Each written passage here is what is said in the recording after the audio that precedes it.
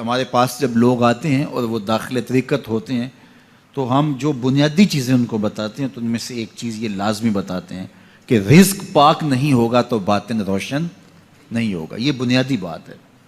اگر رزق پاک نہیں ہے تو میرے حضور نے ارشاد فرمایا کہ ایک بندہ سفر کر کے کعبۃ اللہ کے صحن میں پہنچتا ہے اور کعبے کے پردوں کو تھام رہا ہے, وہ یمد یدیہ, اور لمبے لمبے ہاتھ کر کے کہتا ہے اے اللہ, لیکن اس کا کھانا حرام ہے, اس کا پینا حرام ہے, اس کا لباس حرام ہے, وہ غذا بالحرام, اس کو غذا حرام سے دی گئی ہے. میرے حضور نے فرمایا اس کی کوئی دعا قبول نہیں ہوگی. سفر کیا, جنگل پہاڑ کاٹے, سمندروں کو پاٹ کر کے آگے گیا, ہواؤں کے کلیجے چیر کے آگے بڑھا, مہینوں کی مسافتیں طے کر کے گیا اور کعبۃ اللہ کے سامنے کھڑا ہے, سین حرم میں مطاف میں کھڑا ہے, لیکن اس کا جسم حرام سے پلا ہے. اس نے جو پہنا ہے اس لباس کا تانا یا بانا حرام کا ہے, اس کو غذا حرام کی دی گئی ہے, اس نے پیا حرام کا ہے, اس نے کھایا حرام کا ہے, تو پھر اس کا یہ سارا سفر رائے گاں چلا جائے گا, اس کو کچھ نصیب نہیں ہوگا. تو سب سے پہلی شرط اس عنوان سے عقل حلال ہے. اس کے بعد پہ صدق مقال ہے کہ آپ کی زبان جھوٹ نہ بولے. جب کوئی شخص جھوٹ بولتا ہے, روحانیات تو دور کی بات ہے, اللہ کے فرشتے اس سے 1 میل دور ہٹ جاتے ہیں. جب کوئی شخص جھوٹ بولتا ہے تو حدیث پاک میں آتا ہے اس کے منہ سے ایک خاص قسم کی بدبو نکلتی ہے.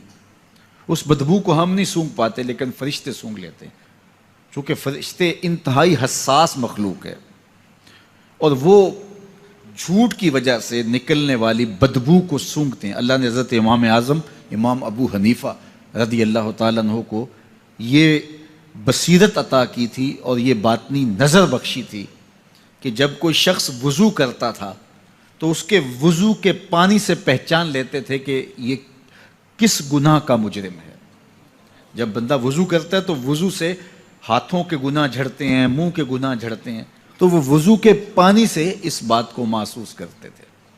اللہ نے ان کو وہ بصیرت عطا کی تھی, لیکن انہوں نے اللہ کی بارگاہ میں عرض کی مالک مجھ سے یہ چیز چھین لے, یہ چیز مجھے نہیں چاہیے. لوگوں کے بارے میں جو ہے وہ ایسا گمان پھر پیدا ہوتا ہے.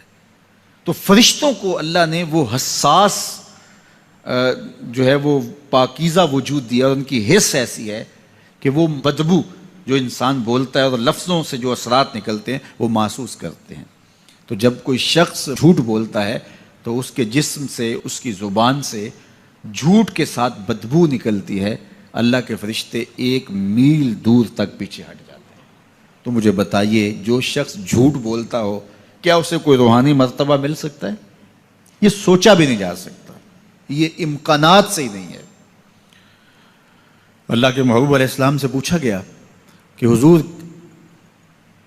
کوئی مسلمان, کوئی مومن کیا بزدل ہو سکتا ہے؟ فرمایا نہیں, وہ بہادر ہوتا ہے, لیکن ہو سکتا ہے کبھی اس سے بزدلی بھی سرزد ہو جائے. انسانی کمزوری ہے, کبھی انسان بہت طاقت میں ہوتا ہے اور کبھی انسان کمزور بھی پڑ جاتا ہے. فرمایا ہو سکتا ہے کبھی اس سے ہو بھی جائے. پھر پوچھا کہ بخل کر سکتا ہے؟ فرمایا نہیں, مومن سخی ہوتا ہے لیکن ہو سکتا ہے کبھی اس سے بخل بھی ہو جائے. کبھی کبھی دولت اسے اچھی بھی لگنے لگ جاتی ہے, جس طرح فرمایا گیا کہ اولاد مبخلتن مجبنتن, یہ جو اولاد ہوتی ہے یہ بندے کو بخیل بھی بنا دیتی ہے اور بزدل بھی بنا دیتی ہے. جب اولاد نہیں ہوتی تو بندہ سخی بھی ہوتا ہے اور بندہ جو ہے وہ مشکل حالات میں بھی کود جاتا ہے, لیکن جب اولاد ہوتی ہے تو پھر مشکل حالات میں کودنے سے پہلے سوچتا ہے میرے بچے ہیں یتیم ہو جائیں گے. اس کو یہ خیال آتا ہے, پہلے ایسے مال لٹاتا ہے لیکن اولاد ہو جائے تو پھر وہ اولاد کا سوچتا ہے کہ ان کے لیے کچھ میں جمع کر لوں. تو اولاد فرمایا میرے حضور نے کہ مبخلہ و مجبنہ, یہ بخیل بھی کر دیتی ہے اور یہ کمزور اور بزدل بھی بنا دیتی ہے. تو مومن ہوتا بہادر ہے لیکن ہو سکتا ہے کبھی اس سے بزدلی بھی ہو جائے. مومن سخی ہوتا ہے لیکن کبھی ہو سکتا ہے اس سے بخل بھی ہو جائے. لیکن تیسرا سوال حضور سے پوچھا گیا کہ مومن جھوٹا ہو سکتا ہے؟ تو اس پہ 2 ٹوک کہا, نہیں جھوٹا نہیں ہو سکتا. یہ نہیں ہو سکتا کہ مومن ہو اور جھوٹا ہو, وہ سچ بولنے والا ہوگا. تو عقل حلال اور صدق مقال, یہ 2 خوبیاں جو ہیں یہ اہل اللہ کا طرائے امتیاز ہے, اور یہ مجھے اور آپ کو اختیار کرنی چاہیے. حضرت خلیل اللہ جب وادی غیر ذی زرع میں سیدہ ہاجرہ اور ان کے معصوم نونہال کو چھوڑ کر کے جانے لگے۔ ایسی وادی جہاں حیوانی وجود بھی نہیں تھا، نباتات بھی نہیں پائے جاتے تھے، پانی کا ایک قطرہ بھی دستیاب نہیں تھا، کالے سیاہ محیط پہاڑ جیسے فولاد پگھلا کے ڈال دیا ہو، وہ وادی جہاں دن کو بھی خوف آئے، وہاں حضرت ہاجرہ نے راتیں بھی گزاری۔ کتنا دردناک لمحہ تھا۔ جب سحری کا وقت ہوا، حضرت خلیل اللہ دعائیں دے کے رخصت ہونے لگے، حضرت ہاجرہ سلام اللہ نے آگے بڑھ کے اپنے شوہر نامدار کا دامن پکڑ لیا۔ تمسکت بِأَزْيَالِهِ، دامن پکڑ کے بولی، میرے شوہر نامدار، اس محیب وادی میں، اس پہاڑوں کے دامن میں جہاں دن کو بھی خوف آئے، نونہال معصوم کے ہمراہ مجھے چھوڑ کے کہاں جا رہے ہو؟ حضرت خلیل اللہ نے کوئی جواب نہیں دیا۔